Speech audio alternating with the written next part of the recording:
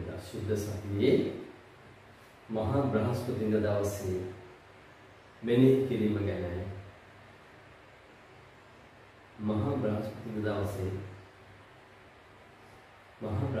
දවසේ සිදුවීම ගැන අපි කල්පනා කරලා බලන්න. අද බොහෝ විට අපි නිතරම දකින දෙයක්. ක්‍රිස්තුස් වහන්සේ තම ගෝලයන්ගේ පාද සේදුව වගේ දේවදාස දාසින් සභාවල තාම ලස්සනට ගෞරවාන්විතව සැලසුම් කරන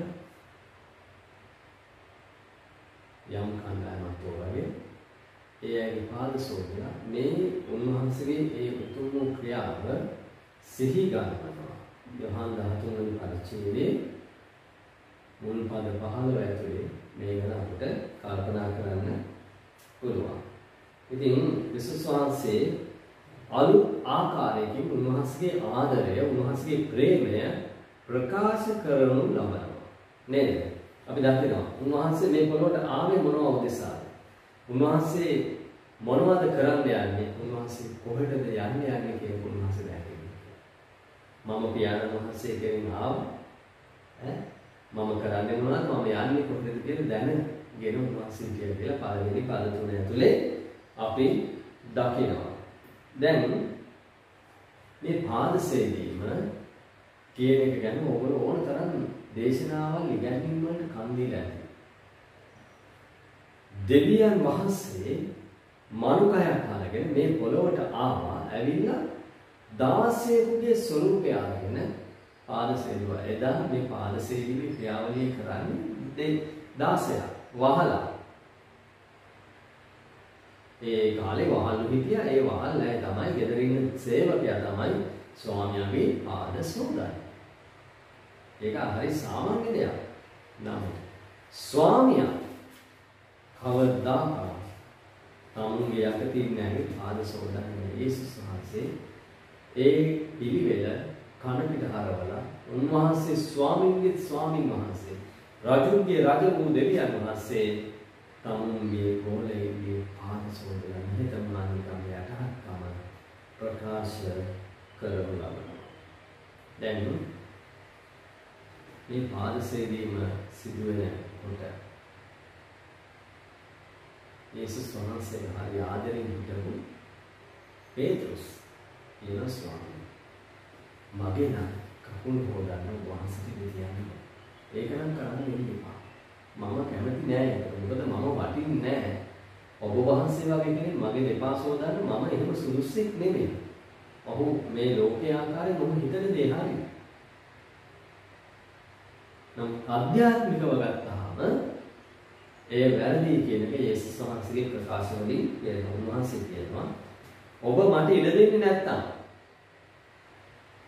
මෙතනින් එහාට ඔබේ මගේ සම්බන්ධතාවයක් නැහැ. මට දැන් ඔබගේ පාද සෝදාගෙන ඉඩ දෙන්නේ නැත්තම් මෙතෙන් පටන් මගේ යාගේ සම්බන්ධතාවයක් නැහැ. මොකක්ද මේ කියන්නේ? අපේ එදිනෙදා ජීවිතේ යේසුස් වහන්සේ සමග ගමන් කිරීමේදී අපේ ජීවිතේ පවිත්‍රතාවය පවත්වා ගන්න අවශ්‍යයි කියන්නේ.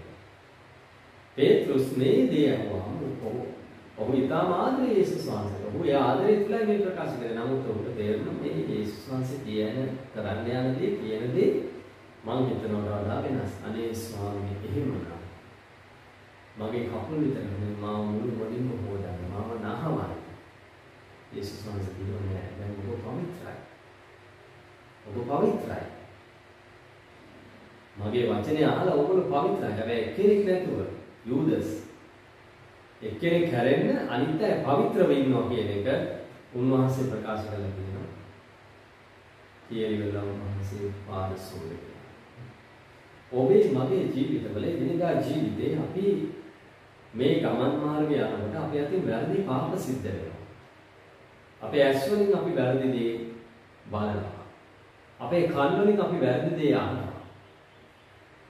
අපේ මුඛයෙන් අපි වැරදි දේ ප්‍රකාශ කරනවා. අපේ දෑත් වලින් අපි වැරදි වැඩ කරනවා. අපේ දෙපා වලින් අපි වැරදි ගමන් මාර්ගවල ගමන් වෙනවා. අපි ඒ කියන්නේ ඉන්න ඕක තැන්වල නෙමෙයි ඉන්නේ දෙවියන් වහන්සේගේ වචනයට අනුකූලව.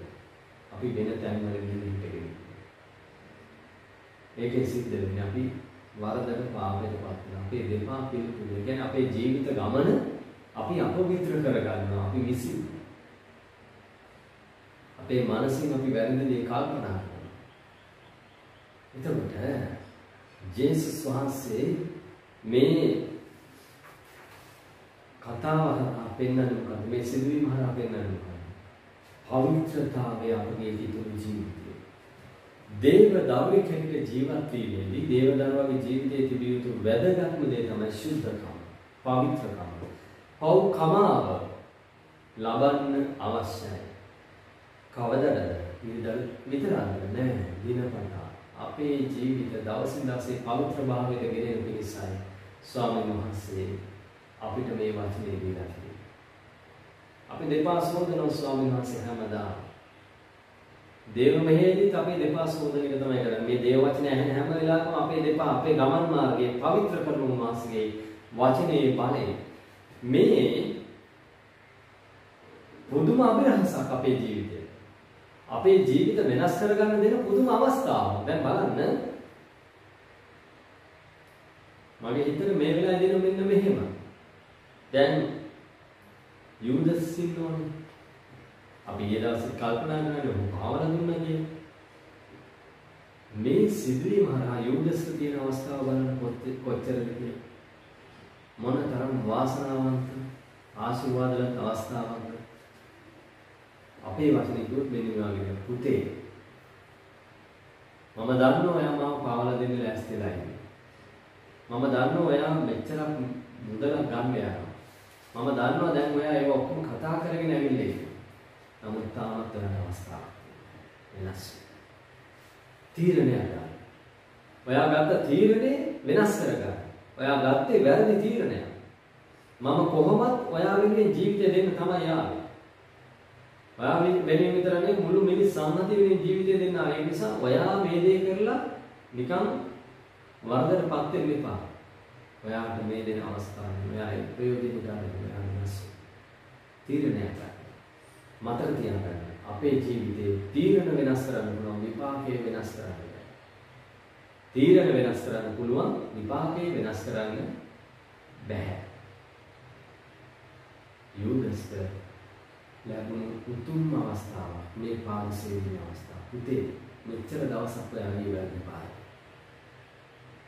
සහෝදරයා මෙච්චර දවසක් ඔයාගේ වැරදි පාරේ. දැන් නැති. ඔයා ඔකෙන් විනාශ වෙනවා. ඒ නිසා හැරිලා ඔය තීරණය වෙනස් කරගන්න. ඒක නේද මේ යේසුස් වහන්සේට දෙන අවස්ථාව. ඔහුට ලැබෙන අන්තිම අවස්ථාව. මම ඔයාට සමාන. ඒ කියන්නේ අනිත් පැත්තේ තියෙන තවත් පුදුම දෙයක් තමයි මම නිතර කියන දෙයක්. කාගේ හරි නරකක් නපුරක් නිසා තමුන් ගාව තියෙන හොඳ මැරෙන්න දෙන්න එපා. ක්‍රිස්තුස් වහන්සේගේ ආදරය උන්වහන්සේ මැරෙන්න දුන්නේ මේ යූදස් මෙච්චර යේසුස් වහන්සේත් එක්ක ඉඳලා. මේ යූදස් මේ තරම් යේසුස් වහන්සේත් එක්ක ඉඳලා උන්වහන්සේගේ වචනය අහලා උන්වහන්සේ පාවල දෙනවා කියන්නේ ඔහුට ශාප කළේ නැහැ. ඔහුට දෙස් තිබ්බේ නැහැ. ඔහුට පලි ගැහුවේ නැහැ. ඔහුට තවත් කියනවා. මේ ක්‍රියාව තුළින් උන්වහන්සේ කතා කරන ආරාධනාව දැන් වෙනස්. දැන් උනත් වෙන අවස්ථාවක් තියෙනවා වෙනස්. මොකද උන්වහන්සේ අර සොරු දෙන්නාගෙන් එක්කෙනෙක්ට ඒ අවස්ථාව දුන්නානේ. ඒ කියන්නේ ඔහු හැරෙන්න තීරණය ගත්ත නිසා ඔහුට ඒ අවස්ථාව ලැබුණා. එතකොට යූදස් නොදීනවද උන්වහන්සේ? නෑ. යූදස්ට ඒ අවස්ථාව දුන්නා.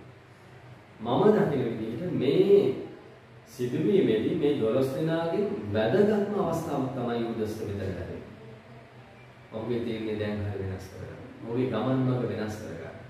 ක්‍රිස්තුස් වහන්සේ උදෙසා සියල්ල අත්හැරලා ඒ උඩඟුව, ඒ වස්තු තණ්හාව, ඒ ලෝභකම, මසුරුකම, ඒ සොරකමේ සිත, හොරහිත අත්හැරලා ස්වාමීන් වහන්සේව අදහා ගන්න උට අවස්ථාවක් ලැබෙනවා.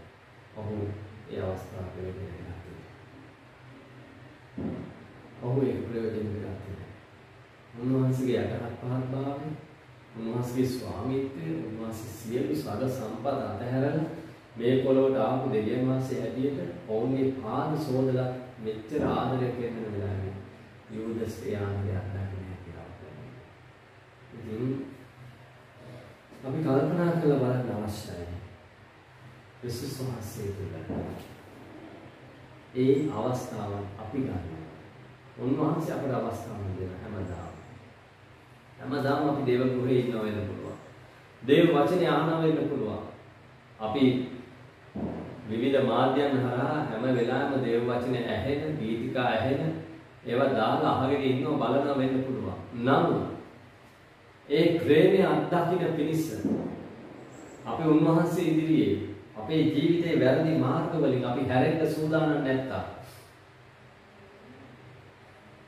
එහියන් මාර්ගය ස්වාමීන් වහන්සේ අපිට කියන්නේ ප්‍රේමය වැළඳගන්න යටහත් පහත්කම වැළඳගන්න ජීවිතේ නිවැරදි කරගන්න ලැජ්ජ වෙන්න බය වෙන්න එපා. වරදත් එක්ක ගමන් කරන්න තමයි බය වෙන්නේ. ලැජ්ජ වෙන්න. ඒකෙන් තමයි විනාශ වෙන්නේ. යුදස් කියන්නේ ඒකයි. ඔයා දැන් පුතේ ඔබ ඔක්කොම වෙනස් කරන් යන මාත් එක්ක ගමන. මම ඔයාව පළදවන්න, මම ඔයාව ආශිර්වාද කරන්න, මම ඔයාව පාවිච්චි කරන්න. ඒක උන්වහන්සේ කියනවා. මේ අපි වගේ මිනිස්සු නැත්නම් උන්වහන්සේගේ වචනේ දේශනා කරන්න සුදුසු බවට පත් වෙන්න බෑ. අපි ඒතරම් පෞකාර මිනිස්සු. නමුත් ක්‍රිස්තුස් වහන්සේ ඒ කුරුසියේ බලය තුලින් මේ ප්‍රේමය වෙන්න අපව නිදහස් කළා. උන්වහන්සේ දිනපතා අපේ දෙපා සෝදන්න ලෑස්ති. අපි මොන විදිහට මම හරි ගරු කරනවා ඒ පුතන වුණා ඒ දෙපා සෝදලා ඒ අධ්‍යාලම කරන එකේ කිසි වරදක් නැහැ. නමුත් අපි කොයිතරම් දෙපා සේවයක් කරන්නේ පරිබාහිරව වෙන ආකාරයෙන් අපි අධ්‍යාත්මයේ පවිත්‍රභාවයට අපි යන්න සූදානම් වෙන්නේ නැතිනම් දේව වචනය තුළ ජීවිතේ පවිත්‍ර වෙන්න දෙන්න. ප්‍රේමය වැළඳ ගන්න. ප්‍රේමයට ඔබේ ජීවිතේ මගේ ජීවිතයේ සේදිලා යන පව් සේදිලා යන ඉඩ දෙන්න. උන්වහන්සේගේ වචනේ අහලා ඒ වචනයටම ජීවිතය ලං කරගන්න. උන්වහන්සේ දෙපාසේ දිනුතුරු දෙන්නවා. අපේ ආධ්‍යාත්මික ජීවිතේ අපේ සිතිවිල්ලෙන් වචන වලින් ක්‍රියාවෙන් හැසිරීමෙන් කතාවෙන් අපේ අතින් වෙන සියලු වැරදි පාප සෝදා පවිත්‍ර කරනවා. අප අනුකරණ උන්වහන්සේ විශ්වාස කරනවා. ඒ නිසා යෝදස්ත දුන්නු අවස්ථාව ඔහු බහැර හැරියා අපේ උන්වහන්සේ දින ඕගොල්ලෝ කතා කරනවා. අපිට කියන්නේ ඒක අත නොහැර උන්වහන්සේත් එක්ක මේ ගමන යන්නේ. උන්වහන්සේ ඒක කෙලවර දක්වා ගෙනියනවා. ඒ විශ්වාසය තුළ අපේ ජීවිත අපි හැඩගස්වා ගන්න. වරදක් පාපයක් වුණාම පසුතැවෙමු, සමාව ඉල්ලමු, සමාව දෙමු. ක්‍රිස්තුස් වහන්සේ තුළ මේ ජීවිතේ ඒ වාස්තවන්ත අත්දැකීම් අපි අත්දැකීම. ඒ නිසා අපි හැම කෙනෙක්ම ක්‍රිස්තුස් වහන්සේ ආශිර්වාද කරමින් මඟ පෙන්වන්නසේවා. ජේසුස් ක්‍රිස්තුස්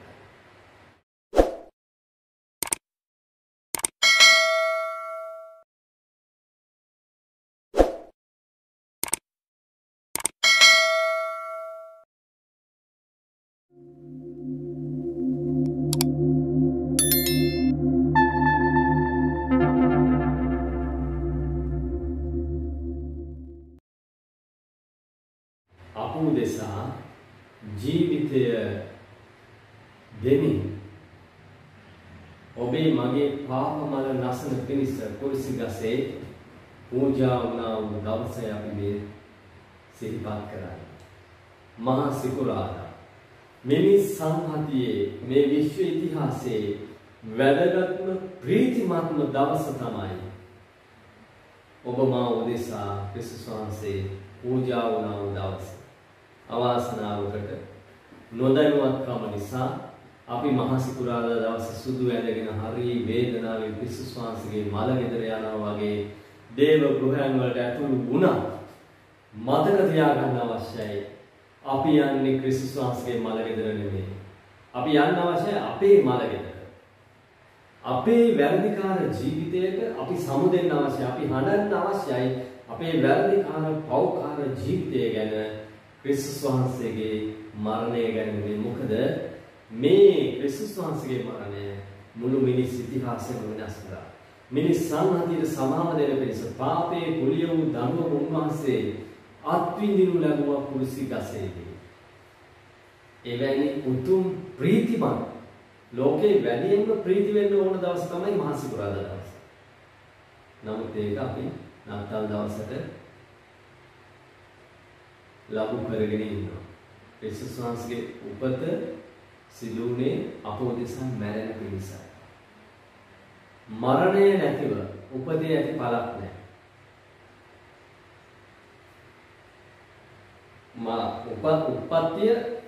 උප්පත්තිය මරණය උත්ථානය. මේ කාරණා තුන කිසිම විදිහකින් වෙන් කරන්න බෑ. ඒ තරම් සුවිශේෂී. පාප බලය විනාශ කරන්න මුළු මිනිස් සංහතියේම සියලු නපුර අන්ධකාර යක්ෂගේ වහල්කමේ මිනිසයව මුදවා ගන්න පිණිස කුරුසි ගසේ ජීවිතය පූජා කරන ලැබුවා වූ ජේසුස් නමයි. උන්වහන්සේ ඒ කුරුසියේ වචන 7ක් ප්‍රකාශ කරන ලැබුවා. ඒ හැම වචනයක්ම අපි කල්පනා කරන්නේ නැති වුණා.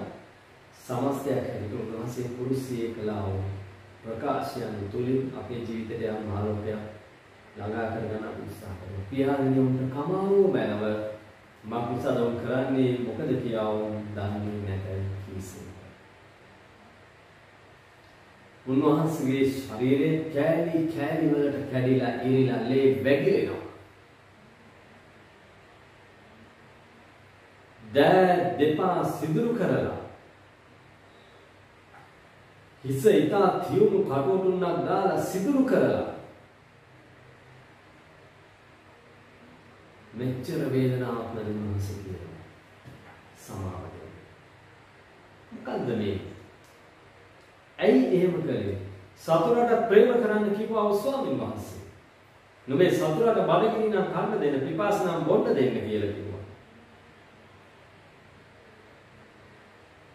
නුඹේ පීඩා කරන්නන් වෙනුවෙන් ඔවුන්ට ආශිර්වාද කරන්න, ඔවුන් වෙනුවෙන් යාඥා කරන්න, මේ සතුරා වෙනුවෙන් යාඥා කරන්න, ඔවුන්ට ආශිර්වාද කරන්න කියලා උන්වහන්සේ ප්‍රකාශ කළා. යෝදස් පාවලා දුන්නා, ඔහුට ප්‍රේමය ප්‍රකාශ කළා. අන්තිම දක්වා ප්‍රේම කළා. මගක් වෙනකන් නෙමෙයි. අපි නම් මගදී අතහැරලා යනවා. වැඩක් නැහැ, අපිට හම්බෙන්න බෑ. කියලා අපි අතහැරලා යනවා. නමුත් උන්වහන්සේ සමාව දෙනවා. දිගින් දිගටම සමාව දෙනවා. ප්‍රේමයෙන් ප්‍රකාශ කරනවා. මේකයි. කෙනෙක්ගේ නරකක් නපුරක් නිසා තමුන්ගේ ගුණ යහපත්කම වටිනාකම මැරෙන්න උන්වහන්සේට දුන්නා. ඒ නරකට නපුරට බැලුණා උන්වහන්සේගේ යහපත මරා දමන්න. මේ තමයි මුළු මිනිස් සංහතියට නැති කළා පුදුම බලපෑම. ඔබේ මගේ ජීවිතවල උන්වහන්සේව අදහන්නා මිනිසයන්ට ප්‍රගුණ කරගන්න ඕන වැදගත්ම දෙයක්. ප්‍රේම කරන්න.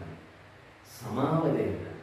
ඒ අයගේ නරක නපුර නිසා ඔබේ යහපත නරකක් බවට පත් කරගන්න එපා. මේක හරියම වැදගත් අපේ ජීවිතවල. හැම වෙලාවෙම අපි මේ දේ ක්‍රියාවට යොදවන්න පටන් ගත්තොත් අපි එදා ඉඳන් පුදුම විදිහට ජය ගන්නවා. කවුරුම හරි නරකක් නපුරක් කරනකොට ඒකට විරුද්ධව දේවල් කරන්න යන්න. කරාට වැඩක් නෙමෙයි. සමහර වෙලාවට අපි හරි මෝඩ විදිහට හැසිරෙනවා, කතා කරනවා. මිනිස්සුගේ සිත් විඳවනවා. ඒ ඔක්කොම තියෙනවා. හැබැයි මේ කියන අභිරහස පොඩි වෙලාවක් හරි අපේ ජීවිතේ කරලා බලන්න කොහොමද කියලා. ඒක කරලා බලලා ඒක ප්‍රත්‍යක්ෂයි. ඒක ස්ථිරයි කියලා පැහැදිලි කරගෙන දිගින් මේ දේ කරන්න උත්සාහ කරනවා. කාගේවත් නරකක් නපුරක් නිසා තමුන්ගේ හොඳ නැති වෙන්න දෙන්න එපා. උන්වහන්සේ සතුරට ප්‍රේම කරන්න කියලා නිකන් හිටියේ නෑ. සතුරට ප්‍රේම කරලා පෙන්වන්න ලැබුවා. මේයි වැදගත් දේ. යම් දෙයක් දේශනා කළා උගන්වලා උන්වහන්සේ නතර කරේ නෑ. උන්වහන්සේගේ ජීවිතයෙන් ඒ දේ කරලා පෙන්වනවා. සතුරට ප්‍රේම කරන්න කිව්වා ස්වාමීන් වහන්සේ දැන් මේ සතුරුකමක් කරන්නේ. මේ සොල්දාදුවෝ, මේ දේශපාලන නායකයෝ, ආගමික නායකයෝ ඔක්කොම උන්වහන්සේට සතුරුකමක් කරන්නේ. ඒ අය උන්වහන්සේට සතුරුකම කරන වෙලාවේ උන්වහන්සේ කියන්නේ අනේ මේ අයට සමාව. අනේ මේ අයට සමාව දෙන්න. මේ ආගමික නායකයෝ, මේ දේශපාලන නායකයෝ, මේ නපුරට ගැටි වෙච්ච මිනිස්සු තමුන්ගේ පැවැත්ම උදෙසා, තමුන්ගේ බලය පවත්වාගෙන යන්න, තමුන්ගේ තත්වය පවත්වාගෙන යන්න උන්වහන්සේගේ ඒ ධර්මයේ වටිනාකම මරා දාන්න. ඔවුන් හිතුවා උන්වහන්සේ මරා දැම්මම ඔක්කොම හරි කියලා. ඕන ඒක නිසා ඒකට සැලසුම් සහගතව කටයුතු කරනවා. ආගම, දේශපාලනය, හමුදාව ඔක්කොම එකට එකතු වෙලා වැඩ කරන දූෂිත ක්‍රියාවක් උදෙසා.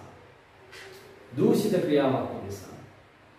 මොකද මේ ඇයට පැවැත්මක් නැහැ ධර්මයත් එක්ක.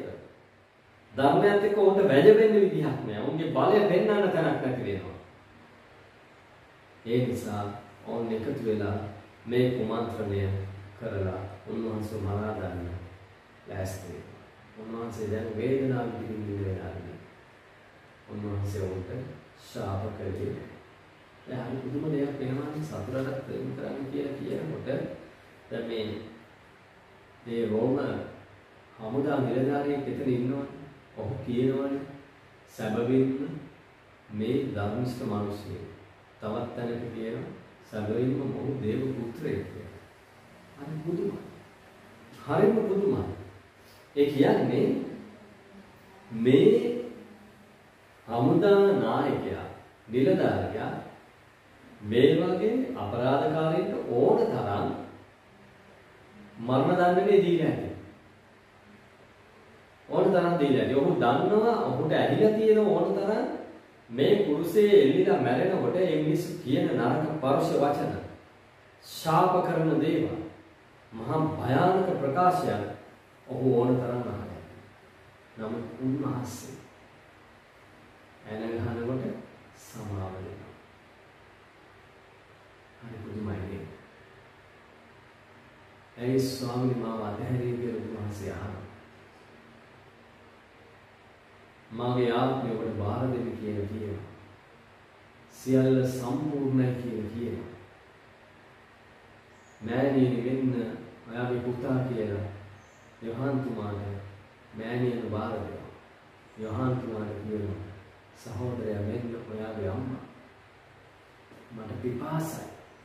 මේ විදිහට උන්වහන්සේ කිසිම වෙලාවක තව කෙනෙක්ට එක විදිහකින්වත් හිරිහැර කරන වචනයක් ප්‍රකාශ කළේ නැහැ. මේ දේවල් දැකලා අර රෝම නිලධාරියා සැබවින්ම මේ ධර්මිෂ්ඨ මිනිස්සු. ධර්මිෂ්ඨ වූ ක්‍රිස්තුස් වහන්සේ වරක් අපගේ අපරාධ නිසා ගස උඩදී ඒ සියලු වේදනාව දරාගත්තා කියන්නේ වචනේ සඳහන්. ධර්මිෂ්ඨ වූ ක්‍රිස්තුස් වහන්සේ වරක් අප ගැන වද හිංසා වින්දා. අපව නිදහස් කරන පිණිස අපට ගැලවීම ගෙන දෙන පිණිස. ඉතින් අපි සියලු දෙනා පව්කාරයි. පාපේ කුලිය නම් මරණය නමුත් දෙවියන් වහන්සේගේ දීමනාව නම් අපගේ ස්වාමී යේසුස් ක්‍රිස්තුස් වහන්සේ තුල සදාකාල ජීවනයයි කියා දේව වචනේ සඳහන් වෙනවා. ඔබේ මගේ පව්කාරකම කියන්නේ ක්‍රිස්තුස් වහන්සේගේ මරණයට ඔබත් මම අපි හැමෝම වගකිව යුතු අය. මම නිසායි උන්වහන්සේ මැරුණේ. අපි හැමෝම නිසා මුළු මිනිස් සම්හතිය නිසා උන්වහන්සේ කුරුසි ගසක ජීවිතය පූජා කළේ. හැබැයි උන්වහන්සේ මැරෙන වෙලාවේදී ශාප කළේ නැහැ කාටවත්. වෛර කළේ නැහැ. පලි ගැනීමෙන් නෙමෙයි උන්වහන්සේ මැරුණේ. අනේ මට මේ දේවල් මගේ ජීවිතේ කරගන්න බැරි වුණානේ කියලා නෙමෙයි උන්වහන්සේ මැරුණේ. තණ්හාවෙන් ලෝභකමෙන් නෙමෙයි උන්වහන්සේ මැරුණේ. මේක හරිම වැදගත්. අපේ ජීවිතවල අපි ගොඩක් වෙලාවට මේ මරණ මංචකයේදී මැරෙන්න ඒ අන්තිම අරගලය කරමින් ඉන්න වෙලාවේදී පොරබදිමින් ඉන්න වෙලාවේදී අන්තිම හුස්ම පොද ගන්න අපි කල්පනා කරන්නේ මේ දේවල් ගොඩක්. අපි අහලා තියෙන ඕන තරම්. අපේ වස්තුව ගැන අපි කරදර වෙනවා. ලෝභකම තණ්හාව අපේ හිතවලට එනවා සමහර වෙලාවට. අපි මේ වගේ දේවල් අහලා තියෙනවා. උන්වහන්සේ මේ කිසි දෙයක් නැහැ. සියල්ල සම්පූර්ණයි. සම්පූර්ණ ලෙස මිනේ කියවල ඉවරයි. උන්වහන්සේ පුදුම ප්‍රීතිය මේ පොළොවට ආවේ මොනවටද? මේ පොළොවේ ජීවත් වුණේ ඇයි? මම මොනවද කරේ? දැන් මේ හරහා මොනවද ලැබෙන්නේ යන්නේ ඔච්චරයි.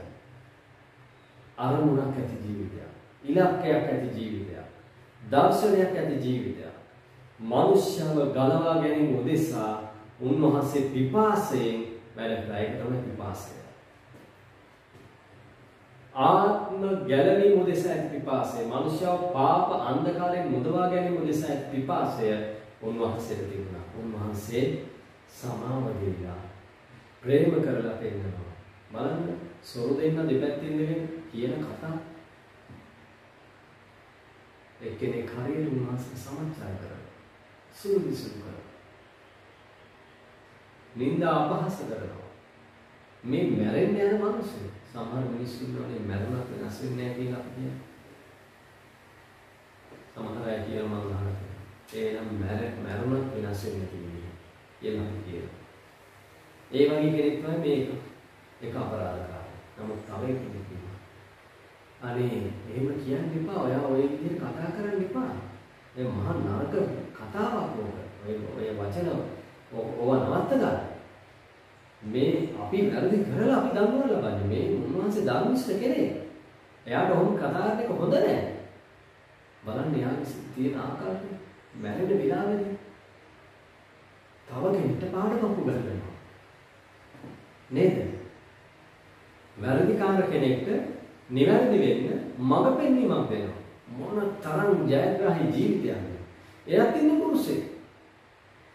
එයාත් ඉන්නේ පුරුෂයෙක් කියලා. එයාත් මැරෙන්න යන්නේ. හැබැයි එයා ජීවිතේ බලාපොරොත්තුවක් තිබුණා කියලා අපිට පේනවා. එයා කතා කරන විදිහ. එයාට විශ්වාසයක් තිබිලා තියෙන යේසුස් වහන්සේ. එයාට යේසුස් වහන්සේ ගැන විශ්වාසයක් තව තවත් ඇති වුණා ඒ වෙන සිදුවීම් දැකලා. අනේ ස්වාමී ඔබ වහන්සේ දෙවියන්සින් දවසේදී මාව සිහි කර. බලන්න මොන තරම් බලාපොරොත්තු ජීවිතයක් මැරෙන මොහොතේ හරි අපි ස්වාමීන් වහන්සේ තුල පසුතැවෙලා අපේ ජීවිත නිවැරදි කරගන්න පුළුවන් නම් අපි ජයග්‍රාහී. ඉතින් එච්චර වෙනකන් ඉඳලා මොකද මැරෙන මොහොත අපි දන්නේ. දැන් මේ දේශනා කර ඉන්නකොට මම මැරෙන්න පුළුවන් නේ. ඒක නිසා ජීවිතේ නිසකකමක් ඇතුව දෙවියන් වහන්සේත් එක්ක ජීවත් වෙන්න අවකම ආලබා. නිවැරදි වෙන්න තීරණ ගන්න. ස්වාමීන් වහන්සේගේ අභිමුඛත්වය. ඉතින් මතක තියාගන්න අවශ්‍ය වැදගත්ම දෙයක්.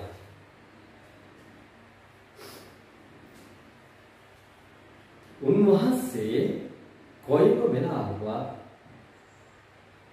මනුෂ්‍යව විනිශ්චය කරන්න ගියේ නැහැ. උන්වහන්සේ තමයි විනිශ්චය කරන්න පුළුවන් දෙවියන් වහන්සේ. හැබැයි උන්වහන්සේ දෙය කළේ.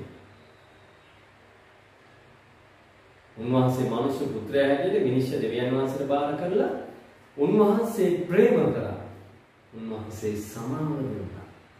මතක තියාගන්න අවශ්‍යයි මෙන්න මේ දේ.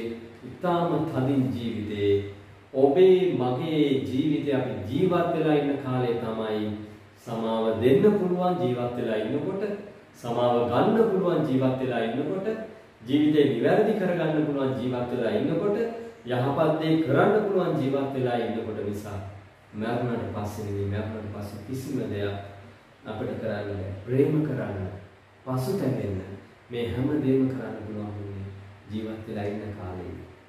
අපේ ජීවිතේ උන්වහන්සේ දුන්නේ ඒ ප්‍රේමය අත්දකින්නේ සමාව බෙදා ගන්න, සමාව ගන්න වරදක් වුණොත් සමාව ගන්න, නිවැරදි වෙන්න, යහපත් තීරණ ගන්න. ඒ උදෙස්සයි අපට උන්වහන්සේ ජීවිතේ දුන්නේ. ඒ ජීවිතේ ජීවත් වෙලා ඉන්න කාලේ ඒ තීරණ ගන්න. පස්සට දදා ඉන්න එපා. පහු කර ඉන්න එපා. මම එයාත් එක්ක ප්‍රශ්නේ හිත විසඳ ගන්නම්. ලබන මාසෙ විසඳ ගන්නම්කෝ. අන්න අර වැඩසටහනක් තියෙනවා. ඒ වැඩසටහනට සහභාගී වුණා මම එයාත් එක්ක කතා කරන්නම්කෝ කියලා ඉන්න එපා. මොකද මේ වැඩසටහන එක අපි ජීවත් වෙන්නේ කියලා අපි දන්නේ නැහැ. සහැල්ලු ජීවිතයක්. සහැල්ලුවෙන් ජීවත් වෙන ජීවිතයක්. නිවැරදි වෙන්න තීරණ ගන්න ජීවිතයක්. උන්වහන්සේ ඔබෙන් මගින් බලාපොරොත්තු වෙනවා. ඒ නිසා තියෙනවා. යහපත් දේ උදෙසාම තීරණ ගන්න. සුද්ධකම උදෙසාම තීරණ ගන්න. මොකද ක්‍රිස්තුස් වහන්සේ ඔබෙන් මගින් බලාපොරොත්තු වෙන්නේ එයයි. මෑණියනි මෙන්න ඔබේ පුත්‍රයා සහෝදරයා මෙන්න ඔබේ මෑණියන් කියලා උන්වහන්සේ යෝහන් තුමාට අම්මව බාර දෙනවා. අම්මා යහන්තුමාව පිළිගන්න කියලා. මොකක්ද මේ අදහස් කරන්නේ? වගකීමෙන් කටයුතු කරන්න. තමුන්ගේ ජීවිතේ ඉතාම වගකීමෙන් උන්වහන්සේ වැඩ කරා. තමුන්ගේ අම්මා ගැන වගකීමෙන් වැඩ කරා. අපි මම දැකලා තියෙනවා ගොඩක් වෙලාවට අපේ මිනිස්සු අම්මා තාත්තා මැරුණාට පස්සේ දාන මාන පින්කම් කරන්න දවස් 7න් මාසෙන් මාස 3න් අවුරුද්දෙන් කෑම බීම දීලා පුදුම දේවල් කරන්න සෑහෙන මහන්සි වෙනවා. ඉන්නකම් අම්මට තාත්තට කතා කරන්නවත් දන්නේ නැහැ. අම්මට තාත්තට සලකන්න දන්නේ නැතුව.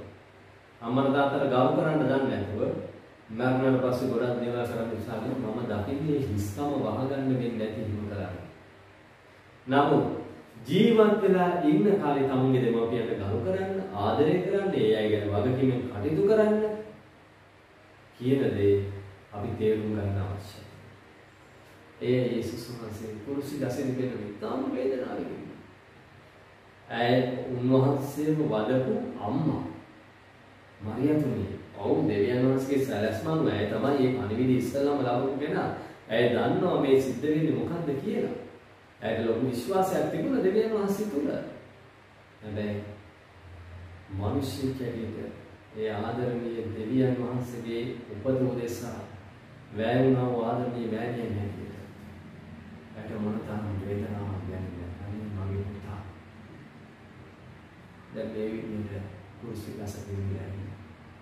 ඒ ඇස්වල කඳුළු, ඒ හදවතේ වේදනාව උන්වහන්සේ දැක්කා. උන්වහන්සේ කියනවා මේ බයෙන් මමයි කියන්නේ මේ ඉන්ද්‍රයන් පුතා විශ්වාස කරනවා කියන්නේ. ඔයා මාව එදා ඉඳලා විශ්වාස කරා. මම දන්නවා දැන් මාව විශ්වාස කරනවා. මෙයා පුතා කියලා බාර ගන්න. ඒ නෝනේ යොහාන් තුමා ගැන උන්වහන්සේ තිබුණු විශ්වාසය.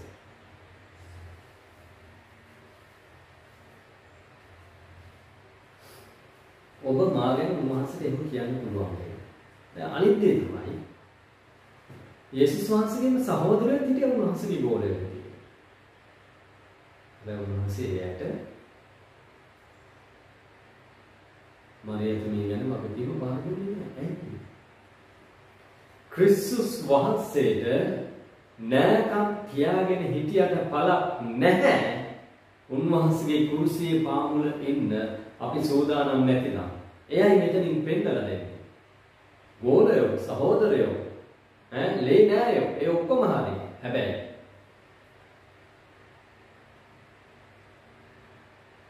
කුරුසියේ පාමුල නෑ. ඒගොල්ලෝ පරම ජීවිතේ ගිහින්. ඒගොල්ලෝ ඔක්කොම අතහැරලා හැංගිලා කැලෑ වැදිලා මුහුදට ගිහිල්ලා තමුන්ගේ පරම ජීවිතේ ගත කරන්න උන් තීරණයක් කරගෙන. අයියෝ අපිට මොකද වුනේ? වැඩක් නෑ අපි මේ අපරාධේ කාලේ නාස්ති කරගත්ත කියලා තෝටි හිතෙන්නේ නැහැ. නමුත් යොහාන් තුමා ඔහු මරියතුමිය එයාද නිමෑණියන්ගේ මරියලා ඒ යෝවන්ලා මේ ඔක්කොම එක්ක කුරුසියේ පාමුලේ කුරුසියේ පාමුලේ මේ ආත්ම වැදගත් පාඩමක් අපිට ගන්නවා. ඒ කුරුසියේ පාමුල ඉන්න වෙලාවේදී ක්‍රිස්තුස් වහන්සේ අපට වගකීම් දෙනවා. ක්‍රිස්තුස් වහන්සේ අපව විශ්වාස කරලා අපට වගකීම් දෙනවා. අපි බලෙන් දෙවියන් වහන්සේගේ දේවල් කරන්න අවශ්‍ය නැහැ. දෙවියන් වහන්සේගේ කුරුසියේ පාමුලේ අපි නිශ්චලව උන්වහන්සේත් එක්ක කාලය ගත කරනදී උන්වහන්සේ අපට පෙන්නනවා කරන්න ඕන දේ මොකක්ද? දුවේ පුතේ ඔයා මට විශ්වාසවන්තයි. මම ඔයාව විශ්වාස කරනවා. මෙන්න මේ වගකීම මමයි දෙන්නේ. ඔයා ඒ වගකීම ඉෂ්ට කරා. ඒක තමයි යොහාන් දෙවියන් කිව්වේ.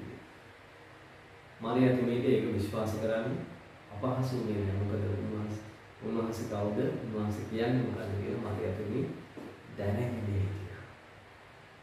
වගකීමෙන් වැඩ කරනවා. ක්‍රිස්තුස් වහන්සේ තුළ ක්‍රිස්තුස් වහන්සේගේ කුරුසියේ පාමුල වගකීමෙන් කැප වෙනවා. ඉතින් අනිත් දේ තමයි ක්‍රිස්තුස් වහන්සේගේ පාමුලේ අපේ ජීවිතයේ ඒ උත්ථානය අත්දැකීම පිණිස අපේ ජීවිත සූදානම් කරගන්න. මාගේ ආත්මය ඔබට බාර දෙන්න. එදා ඊශ්‍රායල් ජනතාවගේ යදුමක් මේක. යුදෙව් ජනතාවගේ යදුමක්. දිනපතා වුන් කරන යදුමක්. මේ රාත්‍රිය වහන්සේ ආවෝ. ස්වාමීනි මාව බාර ගන්න. මම සූදානම්. දවස්පතා භෝජනය අපට අද දුන මැනවා. අපේ ජීවිතයේ එදිනෙදා අපට අවශ්‍ය කරුණාව, දයාව, කමාව, නිදහස, ගැලවීම ස්වාමීන් අපට දෙන්න. ඔබ වහන්සේ කිව්ක අපි මේ ගමන. ඒ යදුම උන්වහන්සේ ඔප්පු කරනවා ස්වාමීනි.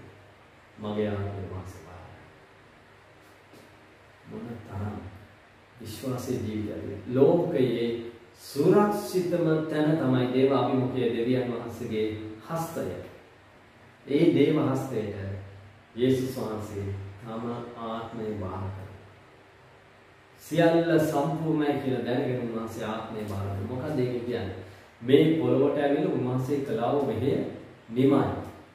ඒක මග නතර කරේ නෑ. සම්පූර්ණ කරනු ලැබුවා. මුළු මිනිස් සංහතිය වෙනුවෙන් ඒ ජීවිතය පූජා කළ මනුෂ්‍යයට ගැලවීම ළඟා කරලා දෙන්න උන්වහන්සේගේ ජීවිතය පූජා කරන උන්වහන්සේ කියනවා ස්වාමී මෙන්න මගේ ආත්මය මාව බාර ගන්න. ඔබේ මගේ ජීවිතවල හැමදාම උන්වහන්සේගේ අතේ රැඳෙන්නේ උන්වහන්සේගේ ආත්මය බාර කරලා ඒ ආධ්‍යාත්මික රැකවරණය උන්වහන්සේගේ අනුමතේ ලබන්න අපි තීරණය ගන්න. කැපවෙමු උන්වහන්සේට. උන්වහන්සේටම බාර වෙලා ජීවිතයේ ඉදිරියට යමු. ඒ උදෙසා ස්වාමීන් වහන්සේ අපට ආශිර්වාද කරනවා. ඉතින් මේ මාසිකුරාදා දවසේ අපි ක්‍රිස්තුස් වහන්සේ තුළ උන්වහන්සේ ඔබෙන් මගෙන් බලාපොරොත්තු වන ඒ වෙනස් වීමට ඇතුළු වෙන සමාව දෙමු. සමාව ගමු. නිවැරදි වෙමු. මැරෙන්නේ ඉස්සෙල්ලා ස්වාමීන් වහන්සේ උදෙසා තීරණ ගමු. එකිනෙකාගේ ජීවිතවලට යහපත් දේ කිරීම උදෙසා තීරණ ගමු. මනුෂ්‍යව ගලවා ගැනීම උදෙසා මනුෂ්‍යයන්ගෙන් පිපාසයෙන් ඔවුන්ගේ ආත්ම ගැනීම උදෙසා අපකැප වෙලා වැඩ කරමු. යාඥා කරමු. දේව පාමුලේ රැඳෙමු. උන්වහන්සේ දිහා බලන්නේ. ඉතින් අන්නේ අපේ ජීවිතේ ස්වාමීන් වහන්සේ දක්වන යහපත් දේ මුදුන් පමුණවන්න, තව කෙනෙක් ආශිර්වාදයක් වෙන්න, සියලු නපුර පරාජය කළ ඉදිරියට යන්න ස්වාමීන් වහන්සේ අපි හැම කෙනෙකුම ආශිර්වාද කරමු. මඟ පෙන්වන්නේ. ඔබ සියලු දෙනාට දෙවියන් වහන්සේගේ ආශිර්වාදය, ගැලවීම, පිහිට උපකාරය ලැබේවා. ජේසුස් ක්‍රිස්තුයි.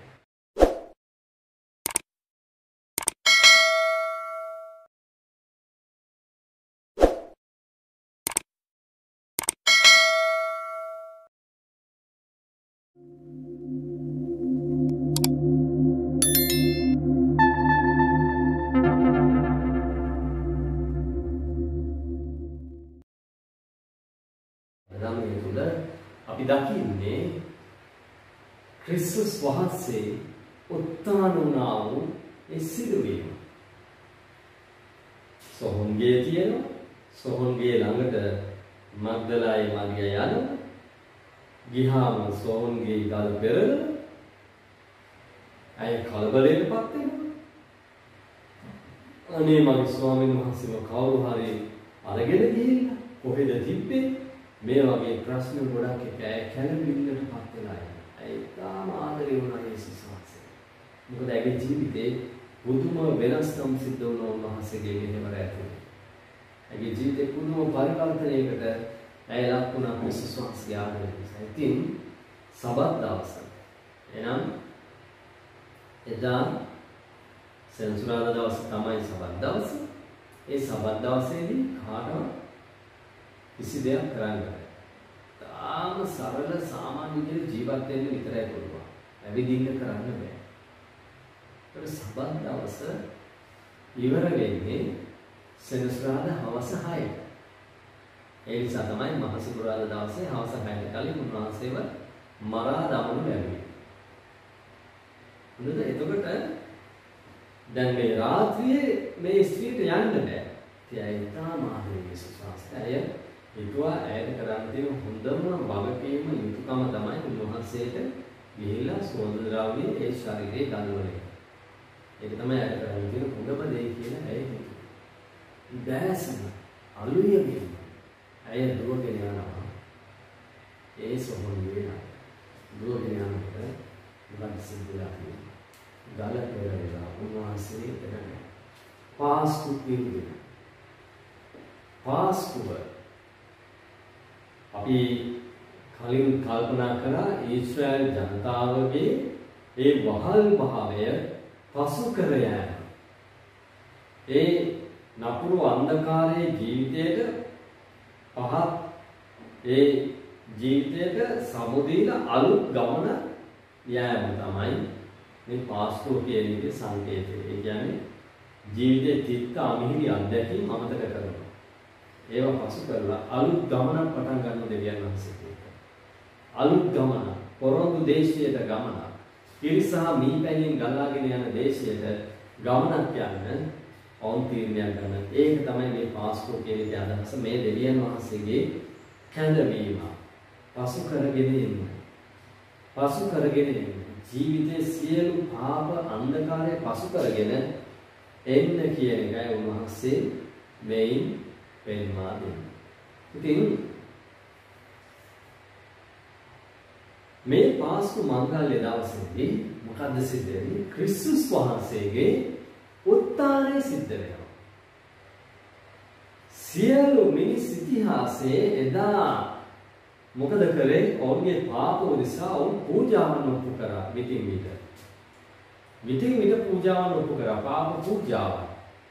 ඔවුන්ගේ පාප වලින් ඔවුන් නිදහස් වෙන පිණිස පූජකින් තමයි මේ දේ කරේ. දෙවියන් වහන්සේ අපිට ගිහිල්ලා අතිශුද්ධ ස්ථානයට ගිහිල්ලා පූජාවන් ඔප්පු කරනවා.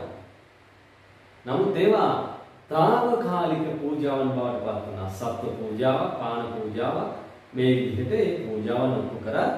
මේවා ඊටම తాවකාලික දේවල් බවට පත් වුණා. නමුත් මුළු මිනිස් ඉතිහාසයේ ඒ පූජාවන් සියල්ලට සෑහෙන පූජාවෝ සැබෑ බැටළු පැටවානන් යේසුස් වහන්සේගේ ජීවිතය පූජා කරලා උන්වහන්සේ දැන් උත්ථානව සිටිනවා.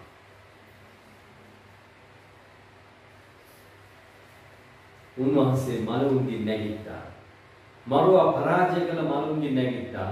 පාපේ බලය පරාජය කළා මලවුන්ගෙන් නැගිට්ටා. දැන් මම ගොඩක් විස්තරයක් කතා කරන්න යන්නේ නැහැ. මම පුංචි අදහසක් තමයි මෙතනදී ඉදිරිපත් කරන්න උත්සාහ කරන්නේ. සොහොන්ගේ ළඟට මරිය තුනී යනවා. යේසුස් වහන්සේව ආලේප කරන්නේ. ඒ ගිහම යේසුස් වහන්සේ නෑ බලන්න එදා තිබුණු ඒ පාලන ක්‍රමය මේ ආගමික නායකයෝ, දේශපාලන නායකයෝ, හමුදාවේ අය ඔක්කොම එකතු වෙලා මහා පර්වතයක් තියෙන විශාල ගලක් තියෙන මිනිස්සෙයින්ට ඒක පෙරලන්න බැරි තරම් විශාල ගලක් තියෙන ඒ සොහොන්ගේ වැහුවා. ඒක රාජ මුද්‍රාවෙන් මුද්‍රා කරනු ලැබුවා. يعني ඒකට කිසි කෙනෙක්ට අත තියන්න පුළුවන් කමක් නැහැ.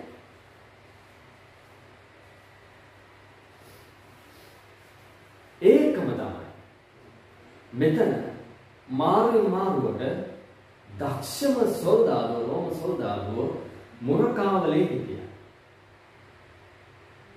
ඔබ අහලා තියෙන සමානවට ඒ සොල්දාදුවෙක්ට සාමාන්‍ය මිනිස්සු 100 දෙනෙක් එක්ක උනත් සටන් කළ ජය ගන්න පුළුවන් ඒ තරම් දක්ෂයි. ඉතින් මෙහෙම සොල්දාදු කීප දෙනෙක් මෙතන මුරකාවලෙත් ඉන්නවා. මහා ගලක් තියෙන රාජ මුද්‍රාව තියෙන මුරකාවලුත් දාලා ඉන්න වෙලාවක ඒ කිසිම රාජ්‍ය නීතියකට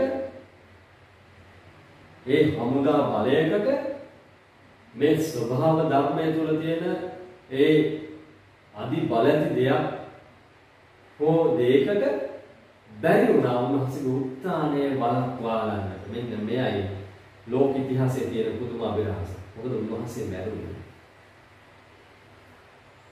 යම් කිසි රෝගයක් හැදිලා නෙමෙයි. දැන් අපි නිතර අහනවානේ sugar වැඩි වෙලා මිනිස්සු මැරෙනවා. pressure වැඩි වෙලා මිනිස්සු මැරෙනවා. වයසට ගිහිල්ලා මිනිස්සු මැරෙනවා. නැත්නම් කොලෙස්ටරෝල් වැඩි වෙලා මිනිස්සු මැරෙනවා. නහර පුපුරලා මිනිස්සු මැරෙනවා. විවිධ විදිහට මිනිස්සු මැරෙනවා. නමුත් ක්‍රිස්තුස් වහන්සේ මැරුණේ තමුන්ගේ ජීවිතේ ඉතාම වැදගත්ම වයසේදී අවදීදී. කිසිම ඒ රෝගයක් පීඩාවක් නිසා නෙමෙයි. මනුෂ්‍යගේ පාපය උදෙසා තමුන්ගේ ජීවිතේ පූජා කරනවා. ඒ පූජා වෙලා උත්තාන නාමස්. මාරුවගේ බලේ පරාජය කළා මනුන්ගේ නැගිට්ටා වූ දෙවියන් වහන්සේ. ඒකට ඒ කිසිම දෙයකට බැරි වුණා. ඒ රාජ්‍ය බලවේග වලට බැරි වුණා. රාජ නීතියට බැරි වුණා. රාජ්‍ය සොල්දාදුවන්ට ඒ හමුදාවේ නිලධාරීන්ට නැත්තම් ඒ පර්වත වලට බැරි වුණා. උන්වහන්සේගේ උත්තානය වළක්වාගන්න. මෙන්න මේ තමයි පුදුම දේ දෙවියන් වහන්සේගේ බලය. දෙවියන් වහන්සේගේ හාස්කම. දෙවියන් වහන්සේගේ හාස්කම ගැන කතා කරනකොට අපි ගොඩක් වෙලාවට හාස්කම කියන එක පටලවා ගන්නවා. හාස්කම කියන්නේ අපේ ඇස් වලින් දකින්න බැරි දේවල් උන්වහන්සේ කරනවා. අපිට හිතන්න බැරි දේවල්. ඒකම හාස්කම කියන්නේ අපේ ජීවිතේ රෝගයක් සුව වෙන එක. ඔව් ඒකත් හාස්කම. ඇතුළාන්තයේ තියෙන රෝග. මනුෂ්‍යගේ ඇතුලේ පාප වලින් අපිට නිදහස් වෙන්න පුළුවන් නම්, වැරදි සිතිවිලි ආකාර වලින් නිදහස් වෙන්න පුළුවන් නම්, ඒක හාස්කම. ඒ හාස්කම හැමදාම වෙන දේව වචනේ පාමුල අපිට ඇදලා ඉන්නවා. දේව වචනේ විශ්වාසයෙන් ඒක කියවල ඒක ජීවිතේට අපි ලං කර ගන්නකොට ඒ හාස්කම හැමදාම වෙන්නේ ජීවිතේ පරිවර්තන වෙනවා. අන්න සැබෑ හාස්කම. ඒක එක දෙයකට ලඟු වෙන්නේ නැහැ. ඒක එක අවස්ථාවකට සීමා වෙන්නේ නැහැ. මොකද ජීවිතේ හාස්කමක් දකින නිසා දෙවියන් වහන්සේ අපට දේව වචනේ දීලා තියෙනවා. ඉතින් ඒ පුදුම හාස්කමේ ක්‍රියාවක් කරලා උන්වහන්සේ උත්තර ඔබේ මගේ ජීවිතයේ හාස්කම කරන්න උන්වහන්සේ අපට වචනේ දුන්නා. දැන් මම කියන්නේ යන්නේ මෙන්න මේ දේ. මේ සිද්ධිය දැක්කහම හිස්වෙලා තියෙන සොහොන්ටම දැක්කහම සොහොන්ගේ දැක්කහම මරියතුමිය මග්දලයි මාරියා කලබල වෙලා නැවත යන්නේ කවුරුද? පුරුෂයෙන්දා මම ඒක නැවතත් කියනවා. යේසුස් වහන්සේගේ ගෝලය වන පුරුෂයෝ ගාවට තමයි යන්නේ. අනේ බලන්නකෝ අපේ ස්වාමීන් වහන්සේගේ ශරීරය එතන නැහැ. ගිහිල්ලා පොඩ්ඩක් බලන්න. ඒ කියන්නේ කොටින් මොකද එයා අනේ මට උපකාර කරන්න මම ගියේ උන්වහන්සේ ආලේප කරන්න. උන්වහන්සේගේ ශරීරය එතන නැහැ. මට ඒක හොයලා දෙන්න. මට උන්වහන්සේ මුණ ගැස්සලා දෙන්න. මට උන්වහන්සේ ආලේප කරන්න අවශ්‍යයි. මට උන්වහන්සේට නමස්කාර කරන්න අවශ්‍යයි. ඒ නේද මේ කියන්නේ. එතකොට මම මෙතනින් ඔබට ඉස්මතු කරන්න කැමතියි. අද එදා පේතුරු යාළුවයි ගිහිල්ලා බලලි වෙලා පුදුමයටපත් වෙලා එනවා. දැක්කා උන්වහන්සේත් නැහැ. ඔව් පුදුමයටපත් වෙලා එනවා. එච්චරයි. අපි මතක තියාගන්න අවශ්‍යයි. පුරුෂය හැටියට අද අපේ ක්‍රිස්තියානි සභාව ඇතුලේ අපිට තියෙන ප්‍රශ්නයක්. බොහෝ ස්ත්‍රී කාන්තාවන් ඉන්නවා දේවතුනේ පුරුෂයෝ ඊට සාපේක්ෂව අඩුයි. නමුත් මතක තියාගන්න. පවුලේ පූජකයා කවුද? පුරුෂයා. පවුලේ පූජකයා හැටියට ස්වාමීන් වහන්සේ පුරුෂයාට මහා වගකීමක් දීලා තියෙනවා. දැන් මේ ස්ත්‍රිය මේ මග්දලයි මාරියා ගිහිල්ලා මේ සහෝදරින්ට කියනකොට මොකක්ද මේ අපිට පෙන්නන්නේ? කෝ අපේ පුරුෂයෝ දෙවියන් වහන්සේගේ අපිට කොහෙද ගිහිල්ලා තියෙන්නේ? අද අපි අහුවොත් අනේ ෆාදර් එයා අද වැඩ. අද ලිඳක් කපනවා. අද විතරයි හැමදේම කරගන්න තියෙන්නේ. එයා කුඹුරේ වැඩ. එයා ගමනක් ගියා. කෙනෙක්ට යෝජනාවක් ඇවිල්ලා ඒ යෝජනාව හොඳයිද කියලා බලන්න ගියා. අද ටිකක් වැඩිපුර පඩි ගන්න පුළුවන් දවසක්. Over time. OT කරලා කීයක් හරි හොයාගන්න තියෙන දවසක්. ඒක ඉන්නේ එයා වැඩ. මේ වගේ කතා කොච්චරනම් අහලා තියෙනවා. දේව අභිමුඛයේ උන්වහන්සේ අපට දීලා තියෙන පුරුෂයෙක් දීලා තියෙන පූජකකම අපි මේ ලෝකයේ කුමක් හෝ දෙයක් ඉස්සරහා හැල්ලුවට ලක් කරලා අපි කටයුතු කරනවා. අපේ වගකීම අපි පැහැර හරිනවා. එදා මේ මග්දලයි මරියට උනේ මොකක්ද? කෝ මේ පුරුෂේ පුදුමකටපත් වෙලා පැත්තකට වෙලා ඉන්නද? නෑ. යමක් කරන්න. ඇයට උපකාරය අවශ්‍ය වුණා ක්‍රිස්තුස් වහන්සේව හොයාගන්න. නමුත් ඇයට ක්‍රිස්තුස් වහන්සේව මුණ ගැස්සන්න මේ පුරුෂයෙන්ගේ හැකියාවක් තිබුණේ නෑ. මේක හරි පුදුම දෙයක්. අද අපි කල්පනා කරලා බලන්න අවශ්‍යයි. නිවසේ පූජකයා. ඒ පුරුෂයා කෝ අද පවුලක් හැටියට අපිට එකතු වෙලා යාඥා කරන්න තියෙන අවස්ථාව කෝ අපේ ජීවිත ගැන අපි කොයිතරම් වගකීමෙන් කටයුතු කරන්න ඕනේද කියන එකයි මේ නඩු කියන්නේ. අය හැරිලා දුවගෙන ගිහින් පණිවිඩය කිව්වා කියලා උපකාරී. ඉතින් මේ උත්තරයේ අධ්‍යක්ීම ලබන්න කාන්තාවන් පුරුෂයෝ එකට එකතු වෙලා ඒ අධ්‍යක්ීමට ඇතුළු වෙන්න අවශ්‍යයි. විශේෂයෙන්ම මම මතක් කරනවා පවුලක් හැටියට දේවපාමුලේ මේ උත්තරයේ අධ්‍යක්ීම ලබන්න තීරණයක් ගන්න. මම ඔබට මාසිකුරාදා දවසේ මතක් කරා.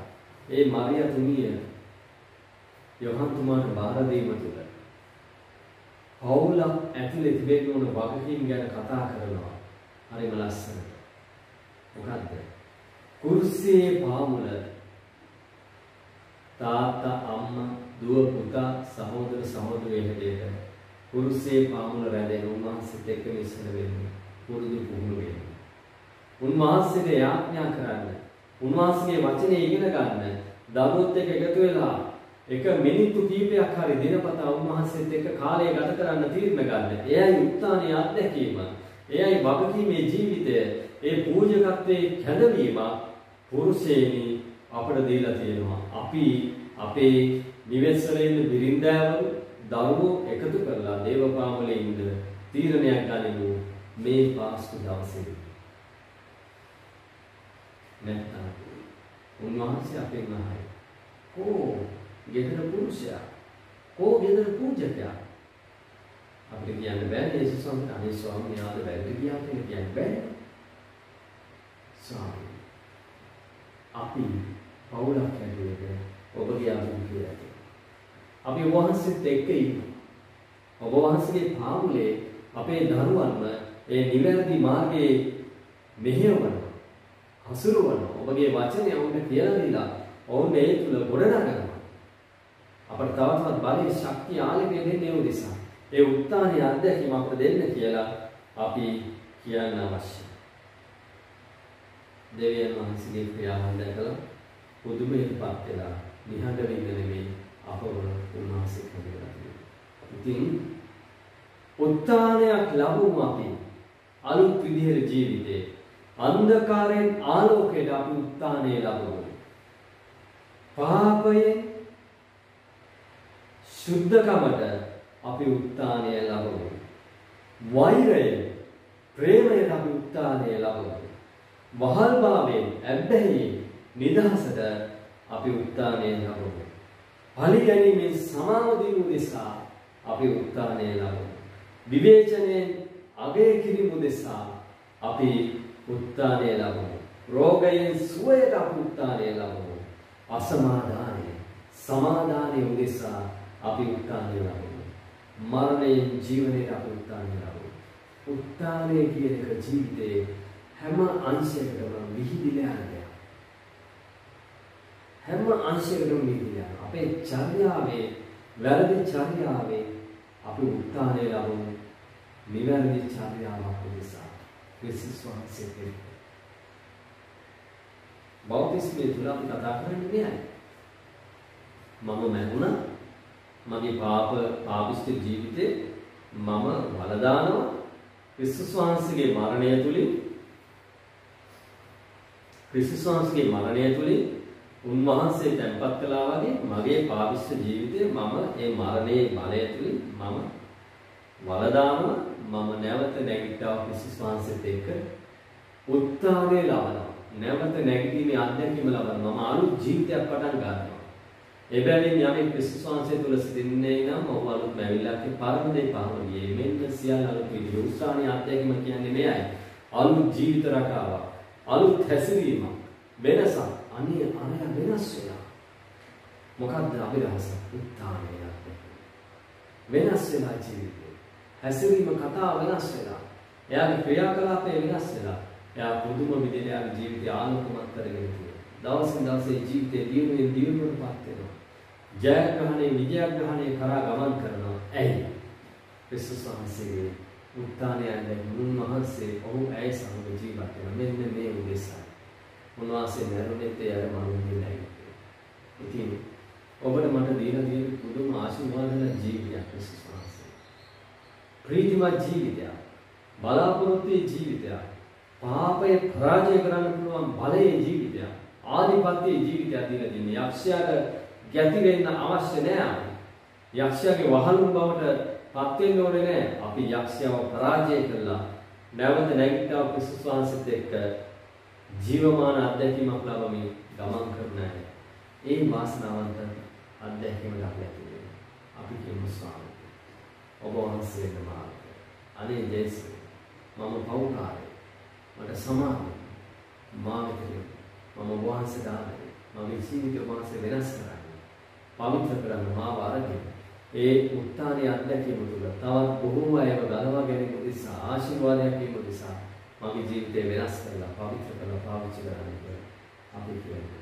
ඒ නිසා අපේ ජීවිතයේ සියලු නරක නපුර අන්ධකාරය පාපය පසු කරගෙන යන ඒ උත්ථානයේ අත්දැකීම තුළ ජයග්‍රහී ජීවිතයක් ගත කරගන්න අපි හැම කෙනෙකුටම දෙවියන් වහන්සේ ආශිර්වාද කරමි මඟ පෙන්වන සේවා.